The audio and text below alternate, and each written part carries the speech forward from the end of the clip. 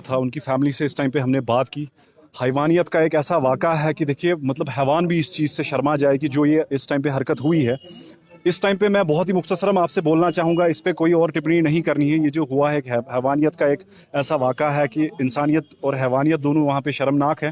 और दूसरी बात, इस टाइम पे सिर्फ फैमिली की एक ही डिमांड है, वो ये डिमांड है कि उनको इंसाफ मिलना चाहिए। इंसाफ किस थ्रू मिलना चाहिए, वो सिर्फ इतनी बात है, वो चाहते हैं कि जो कल्प्रिट्स हो उनको कड़ी से कड़ी सज़ा मिलनी चाहिए और ऐसा कहीं ना हो कि उनकी किसी हिसाब से बेल हो जाए। 3 बच्चियों का बाप है ये, और जिन्होंने एक गुर्बत में अपनी बेटियों को पाला है, अपनी बेटियों का रिश्ता किया था, और इस लड़के के साथ ऑलरेडी इनका रिश्ता हो चुका था और वो रिश्ता खत्म हो चुका है क्योंकि बहुत सारी प्रॉब्लम्स इनके रिश्ते में आई थी। ये लड़का बहुत ही इससे पहले ब्लैकमेल कर रहा था इस लड़की को कि मुझे फलाना चीज़ चाहिए, जो कि इनने गोल्ड ज्वेलरी वगैरह इंगेजमेंट पे लाई थी, और वो कभी डिमांड कर रहा था मुझे वो वापस चाहिए, मुझे वो दे दो।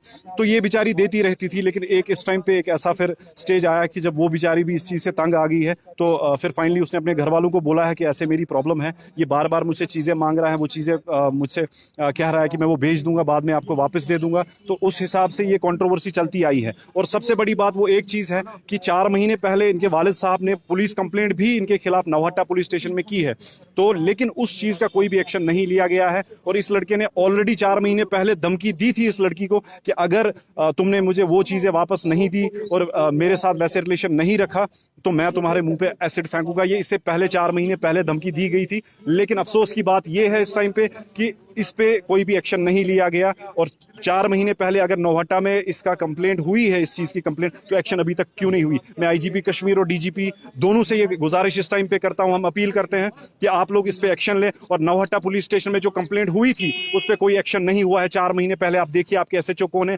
आपके कंसर्न एसपी कौन है, उनसे पूछे। हमें जवाब चाहिए आज पुलिस से कि उस पर एक्शन क्यों नहीं ली गई है। और दूसरी बात, आज फैमिली की और हमारी, हम सब की, हमारी भी बहन है, हम सब की एक ही डिमांड है कि इसको कड़ी से कड़ी सजा मिलनी चाहिए। मैंने उनके वालिद साहब से बात की, वो एक ही चीज़ कह रहे हैं कि अगर इसको सजा नहीं मिली और किसी भी एंगल से ये छूट गए, मैं बीच बाजार में खुद को आग लगा दूंगा अपनी बेटियों के साथ। और उस किसी भी इंसिडेंट का जिम्मेदार यहाँ पे कश्मीर पुलिस रहेगी। मैं आपसे कहना चाहता हूँ यहाँ पे कि इन बच्चियों को, इसके बाप को और हम सब कश्मीर को यहाँ पे इंसाफ चाहिए। बाकी उस